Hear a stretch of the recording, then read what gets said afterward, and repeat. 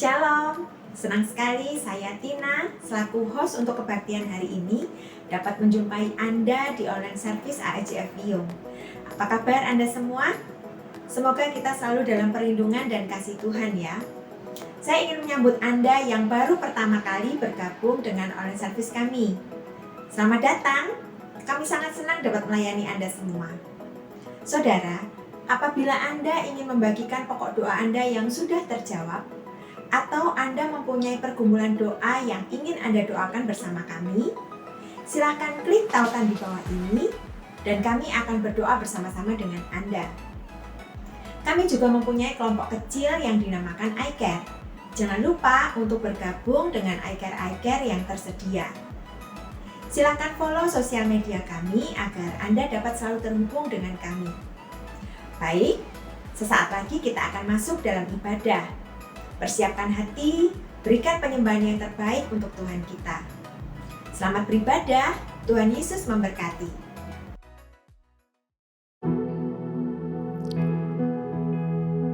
Jemaat Tuhan yang terkasih, musim-musim boleh berganti di dalam kehidupan setiap kita. Tetapi saat ini kita mau sama-sama bersyukur bahwa penyertaan Tuhan Yesus itu sempurna. Mari kita satukan hati. Kita mau memuji Tuhan, kita mau menyembah Tuhan.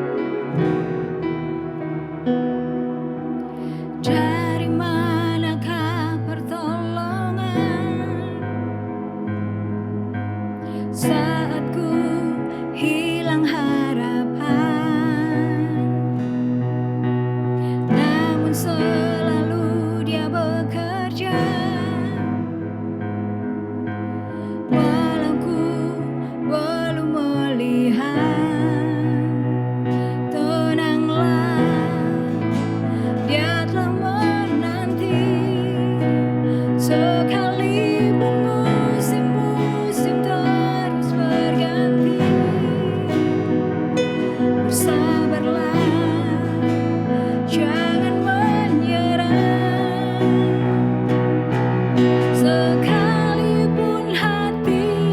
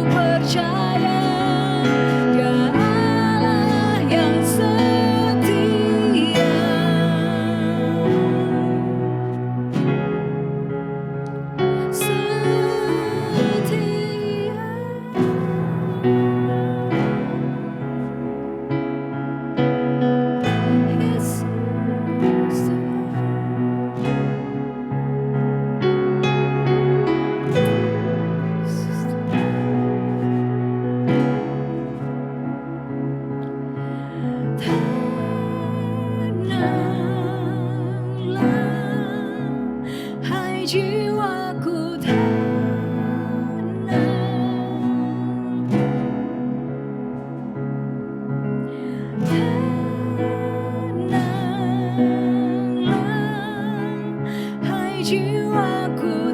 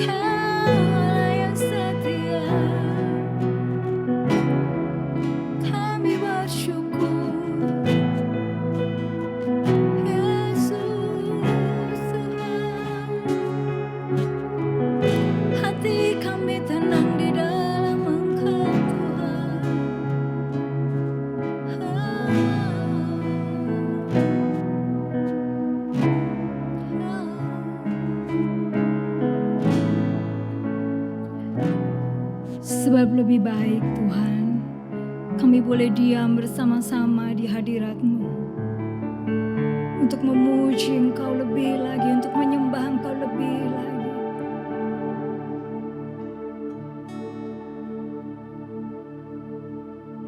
Sebab lebih baik satu hari di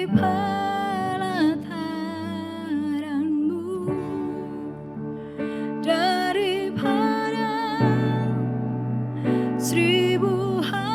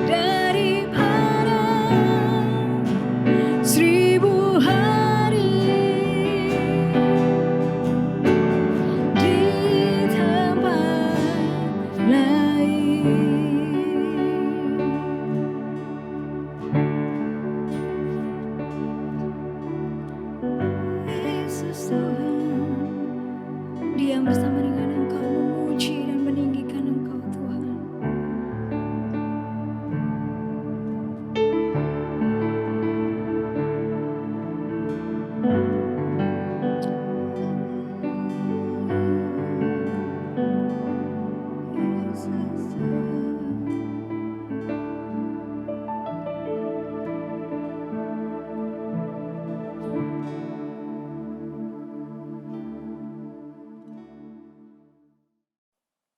kami bersyukur Tuhan buat hari ini, hari yang Kau jadikan untuk kami boleh bersama-sama untuk menikmati ibadah hari ini. Sebentar kami akan mendengarkan akan firman-Mu, Tuhan persiapkan hati kami menjadi tanah yang subur, yang siap untuk ditanami kebenaran firman-Mu. Terima kasih Tuhan memberikan hikmat-Mu buat hamba-Mu Tuhan hari ini. Terima kasih Bapak, kami menyerahkan firman-Mu, di dalam nama Tuhan Yesus kami berdoa ucap syukur. Haleluya, amin. Shalom saudara, puji Tuhan kita bisa bertemu kembali dalam ibadah kita hari ini. Terima kasih volunteer yang boleh hari ini melayani kita bersama-sama.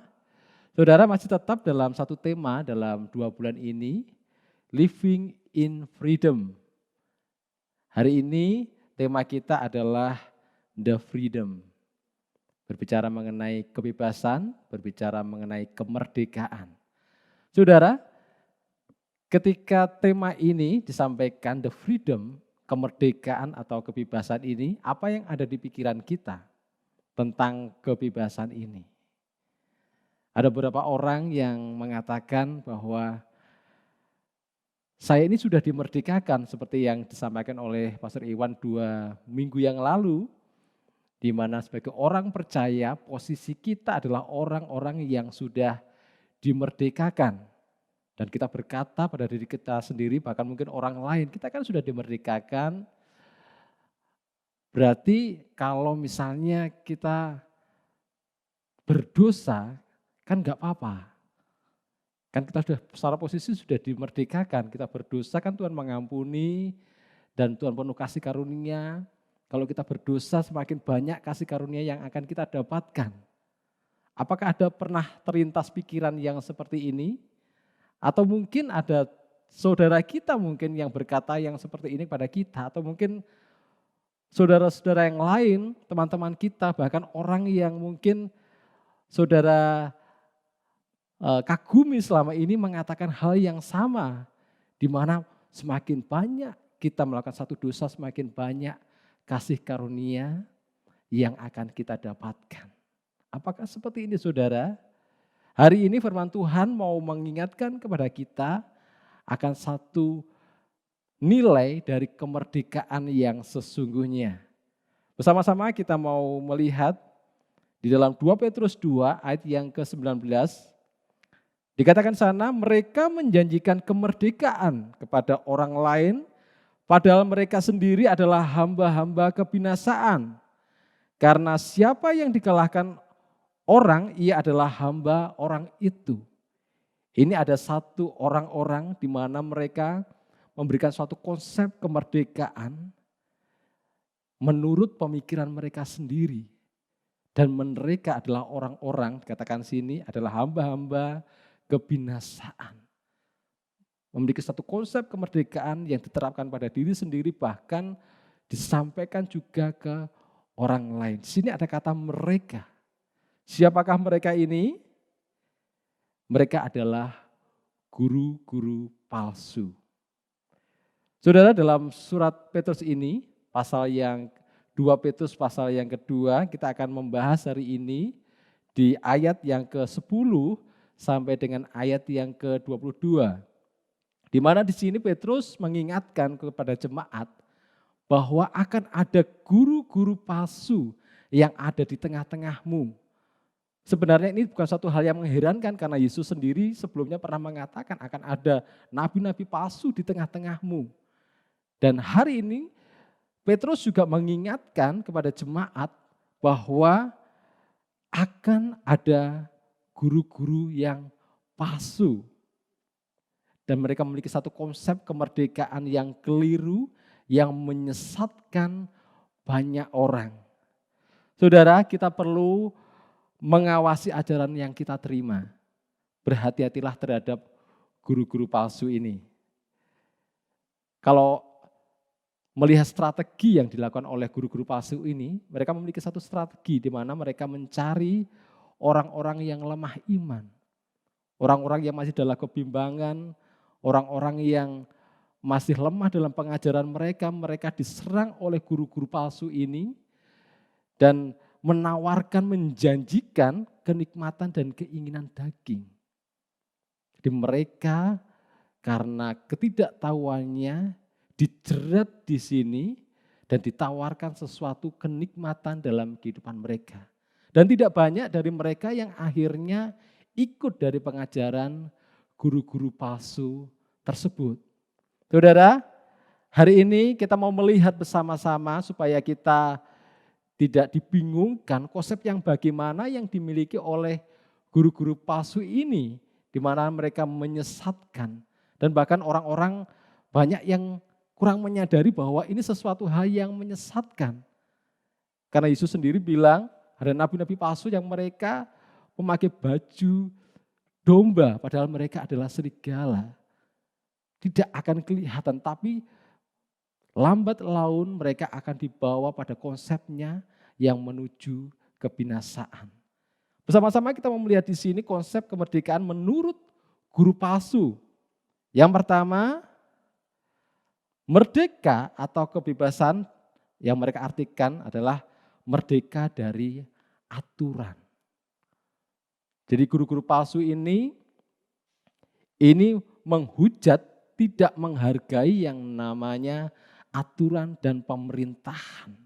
Orang-orang yang ditunjuk, bahkan Tuhan sendiri yang berkuasa, guru-guru palsu ini justru malah menghujat. Mereka melebihi para malaikat-malaikat yang pernah jatuh. Mereka sombong di sini dan mereka maunya merdeka. Aku tidak mau menuruti yang namanya aturan. Kalau kita melihat ayat yang ke-10, terutama mereka yang menuruti hawa nafsunya karena ingin mencemarkan diri dan yang menghina pemerintahan Allah. Mereka begitu berani dan angkuh sehingga tidak segan-segan menghujat kemuliaan. Ayat yang ke-11. Padahal malaikat-malaikat sendiri yang sekalipun lebih kuat dan lebih berkuasa daripada mereka tidak memakai kata-kata hujat kalau malaikat-malaikat menuntut hukuman atas mereka di hadapan Allah. Saudara, di sini guru-guru palsu tidak mau yang namanya diatur, dikuasai. Mereka penting aku bebas melakukan apapun tanpa aturan, tanpa ada satu hal yang mengganggu aku dalam aku menikmati kebebasanku ini. Ini yang mereka punyai. Guru-guru palsu ini tidak menghargai yang namanya proses.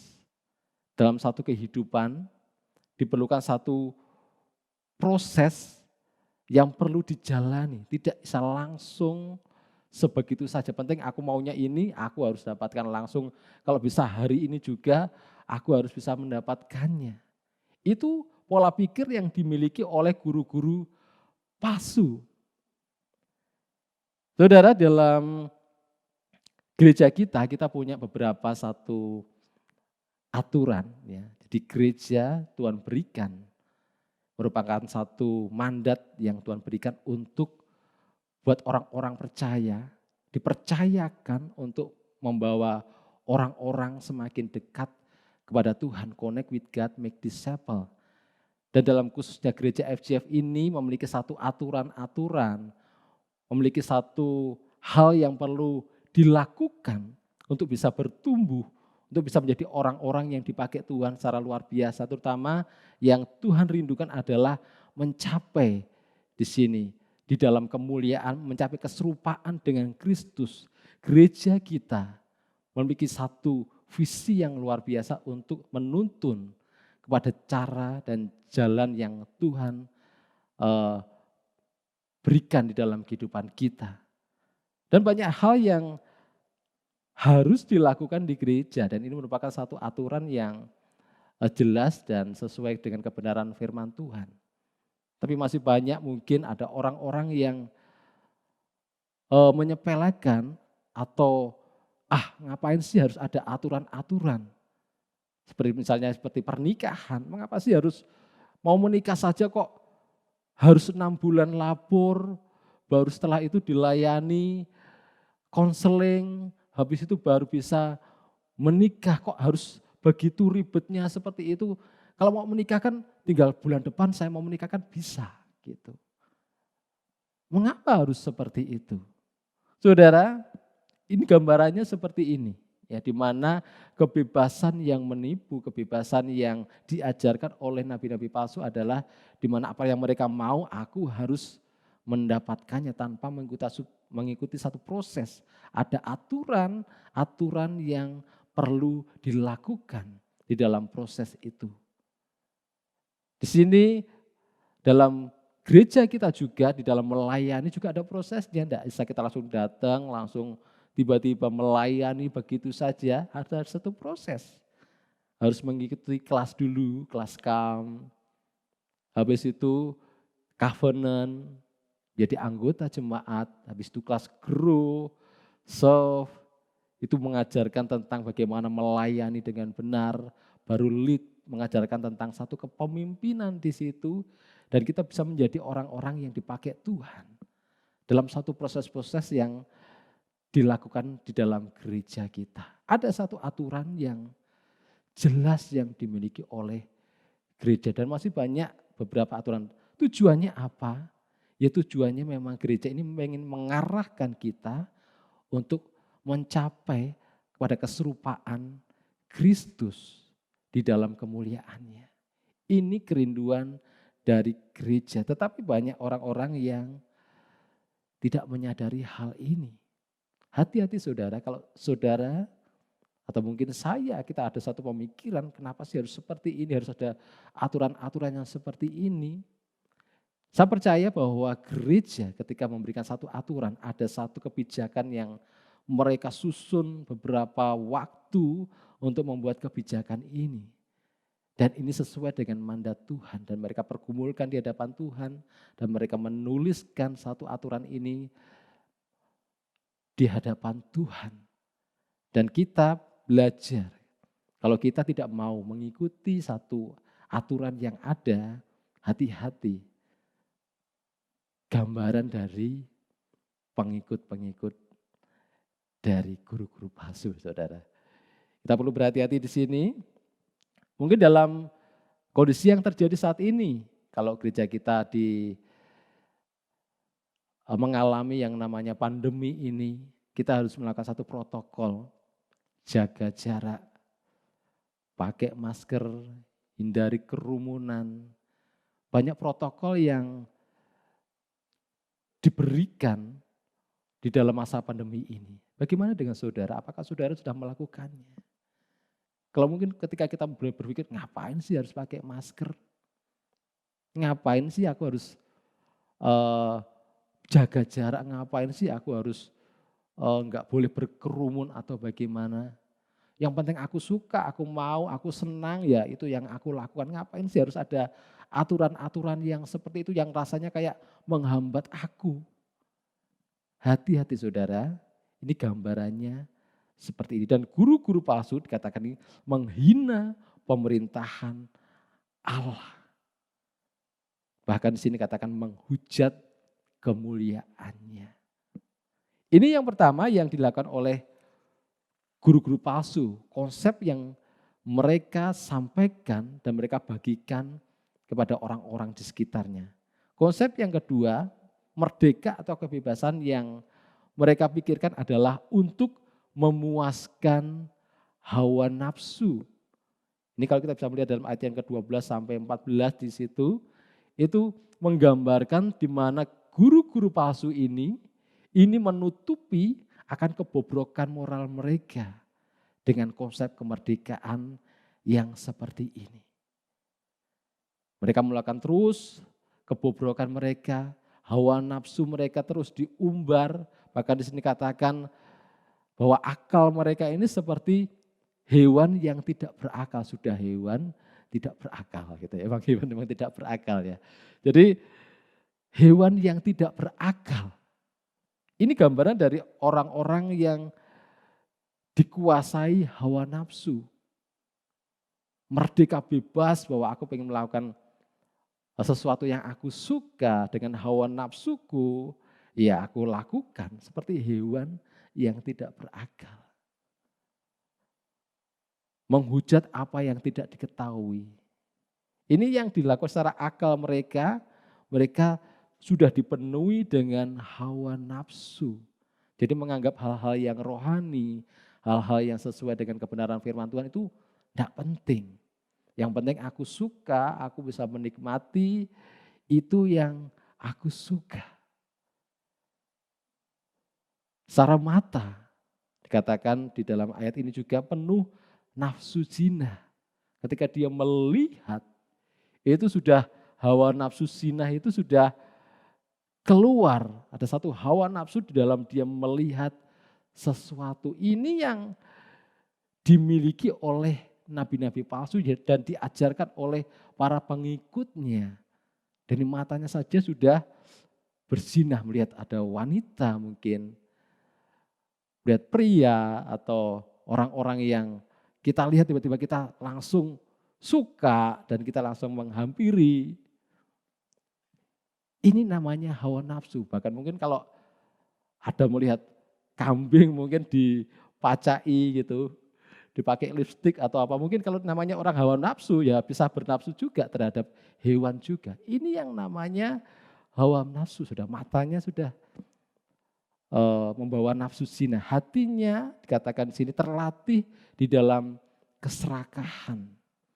Jadi maunya terus menerus, ya kurang terus, masih punya ini masih kurang terus, punya harta ini masih kurang. Akhirnya mereka karena hawa nafsunya ini dengan kondisi yang pas-pasan berusaha untuk mendapatkan bagaimana caranya, akhirnya kejahatan yang mereka lakukan. Dan banyak mereka yang ada di dalam penjara, mereka melakukannya karena ini, memaksakan satu kehendak karena keserakahan. Maunya ini, maunya itu, tapi tidak punya sesuatu yang untuk dimiliki yang seperti itu. Ini keserakahan. Secara hati, mereka memiliki hati yang seperti ini.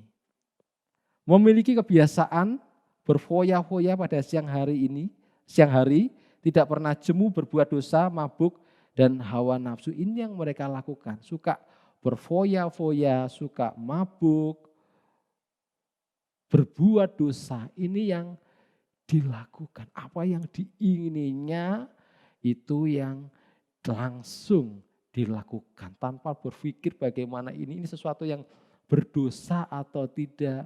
Ini yang mendukakan Allah atau tidak. Apakah ini berdampak sesuatu yang tidak baik buat orang lain, menyakiti hati orang lain, atau banyak hal tidak pernah terpikir untuk hal-hal yang seperti itu. Yang penting aku suka, aku mau, itu yang aku lakukan. Itu yang dipikirkan oleh guru-guru palsu dan itu diajarkan oleh para pengikutnya. Hati-hati saudara. Yang ketiga, di mana guru-guru palsu di sini memiliki konsep kemerdekaan ini adalah kembali kepada kesenangan yang lama. Di mana kalau kita melihat dalam ayat yang ke-20, sebab jika mereka oleh pengenalan mereka akan Tuhan dan Juru Selamat kita Yesus Kristus telah melepaskan diri dari kecemaran-kecemaran dunia, tetapi terlibat lagi di dalamnya, maka akhirnya keadaan mereka lebih buruk daripada yang semula. Di mana mereka ini sebenarnya sudah bisa untuk melepaskan diri dari kecemaran-kecemaran. Saudara, tidak gampang untuk seseorang ketika mereka terikat.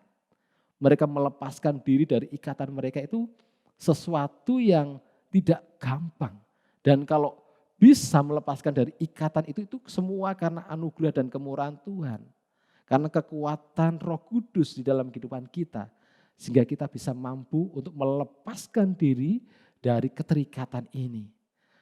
Dan Nabi palsu sebenarnya mereka sudah melepaskan diri. Mereka sudah bisa melepaskan diri dari keterikatan ini, dari kecemaran-kecemaran dunia. Mereka sudah melepaskan diri. Tetapi di sini terlibat lagi di dalamnya iman, saudara. Mereka sudah bisa melepaskan diri, tetapi kembali lagi kepada dosa yang lama, kelemahan-kelemahan lama yang pernah dilakukan. Padahal dia pernah menang, pernah bisa melepaskan itu, tapi kembali lagi. Satu hal yang sangat eman sekali yang dilakukan oleh guru-guru palsu, kembali lagi. Ada satu pernyataan ketika seseorang membuang sesuatu ke dalam laut. Jangan berusaha mengambil kembali sesuatu yang sudah kita buang ke laut. Ada pengertian yang seperti ini. Saudara, ayat yang ke-21 dikatakan, karena itu bagi mereka adalah lebih baik jika mereka tidak pernah mengenal jalan kebenaran daripada mengenalnya, tetapi kemudian berbalik dari perintah kudus yang disampaikan kepada mereka. Ini yang guru palsu, konsep yang mereka miliki, di mana mereka pengen bebas, tidak mau diatur, mereka pengen memuaskan segala apa yang mereka inginkan. Mereka kembali lagi kepada kelemahan yang lama yang pernah mereka lakukan. Mereka, wah dulu enak ya ketika aku melakukan itu. Kembali lagi ke posisi seperti itu. Itu yang dilakukan guru palsu. Pengennya bebas gitu saja. Saudara, layang-layang, ini ketika kita menerbangkan layang-layang, pernah menerbangkan layang-layang di mana ada satu tali yang diikatkan di dalam layang-layang ini, dan dari pendek tiba-tiba lama-lama semakin tinggi, dan akhirnya layang-layang itu bisa terbang bebas ke kiri, ke kanan, bisa semakin tinggi lagi. Ini yang bisa dinikmati oleh layang-layang di mana mereka terbang bebas tinggi di angkasa. Dan semakin lama kalau yang mengendalikan layang-layang ini mau meninggikan semakin tinggi ya bisa saja semakin tinggi. Ini yang terjadi atas layang-layang. Kita bisa membayangkan ketika layang-layang itu memutuskan, aku mau tidak mau diikat sama tali ini. Aku pengennya mau terbang bebas sendiri tanpa ada tali ini. Aku mau, pasti ketika tali itu tak lepaskan, pasti aku akan bisa lebih bebas lagi. Kalau seandainya layang-layang punya pemikiran yang seperti itu, apa yang terjadi saudara? Ketika tali itu putus, apakah layang-layang itu akan semakin tinggi, semakin bebas di angkasa? Tidak saudara. Justru layang-layang itu akan lambat laun, dia akan jatuh bahkan untuk rebutan banyak anak-anak, bahkan ada yang tarik menarik akhirnya layang-layang itu menjadi sobek atau mungkin kerangkanya bisa patah. Banyak hal yang bisa terjadi ketika layang-layang itu turun dan jatuh. Ini yang terjadi saudara. Gambarannya seperti ini, ketika seseorang mau inginnya bebas tanpa satu aturan apapun, saudara tidak akan semakin bisa menikmati, saudara tidak akan semakin bebas, semakin leluasa, tetapi saudara akan jatuh. Bahkan saudara nanti akan mengalami di mana saudara tidak bebas.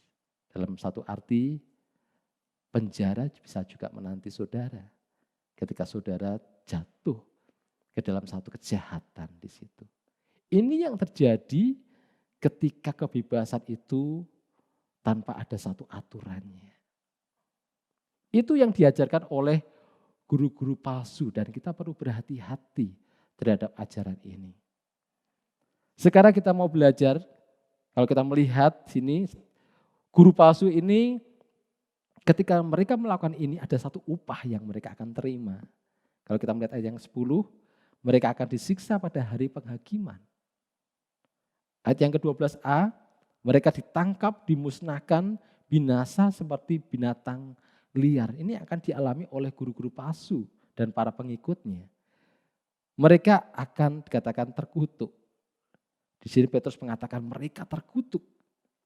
Mereka diumpamakan seperti babi dan anjing yang mencintai kotoran. Itu adalah tempat mereka. Ini yang terjadi ketika seseorang ingin melakukan satu kebebasan tanpa aturan. Ada upah yang akan mereka terima. Hari ini kita juga belajar, kalau tadi konsep kemerdekaan, guru-guru palsu, hari ini kita juga belajar konsep kemerdekaan menurut firman Tuhan itu bagaimana. Yang pertama, mengisi kemerdekaan dengan hidup sebagai hamba Allah. Ketika seseorang ingin merdeka, bahkan secara posisi mereka sudah dimerdekakan, di dalam mengisinya ini yaitu hidup sebagai hamba Allah. 1 Petrus 2 ayat 16 katakan, hiduplah sebagai orang merdeka dan bukan seperti mereka yang menyalahgunakan kemerdekaan itu untuk menyelubungi kejahatan-kejahatan mereka. Tetapi hiduplah sebagai hamba Allah. Di sini Petrus dalam suratnya yang pertama, ayat yang kedua sampai ayat yang kedua 1 Petrus 2 ayat yang ke-16, di sini Petrus sebenarnya sudah menyinggung. Jangan sampai kita menyalahgunakan kemerdekaan itu dan hiduplah sebagai hamba Allah. Benar-benar kita nurut apa yang Allah mau katakan, kita mau nurut. Kemerdekaan yang sesungguhnya adalah seperti itu. Ketika kita berada di dalam jalannya Tuhan, kita nurut terhadap apa yang Tuhan katakan, Tuhan mau, Tuhan perintahkan. Itu kemerdekaan yang sesungguhnya yang dimiliki oleh orang-orang percaya. Di dalam ayat yang lain,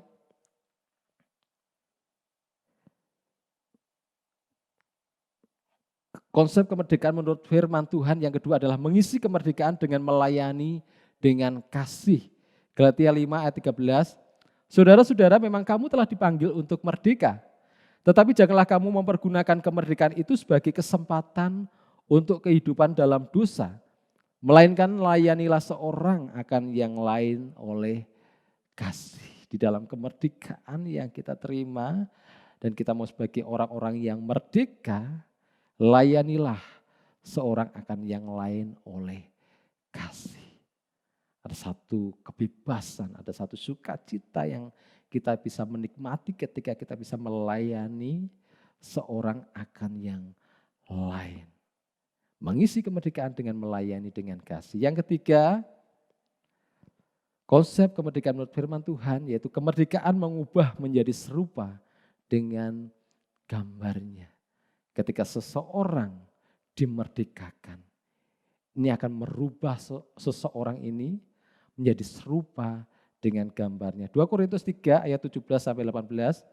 Sebab Tuhan adalah roh, dan di mana ada roh Allah, di situ ada kemerdekaan.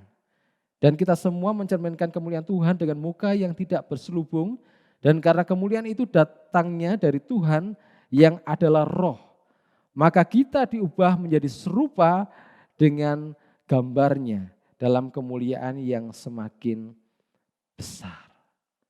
Ketika saudara menyadari satu kemerdekaan yang sesungguhnya, the freedom, kemerdekaan ini yang sesungguhnya, maka saudara akan dirubah menjadi serupa dengan gambarnya dalam kemuliaan yang semakin besar. Dalam kemerdekaan saudara, ada satu kemuliaan yang akan semakin besar di dalam kehidupan saudara.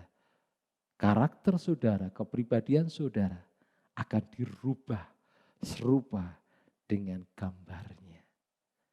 Biarlah ini boleh menjadi perenungan kita hari ini, konsep tentang kemerdekaan.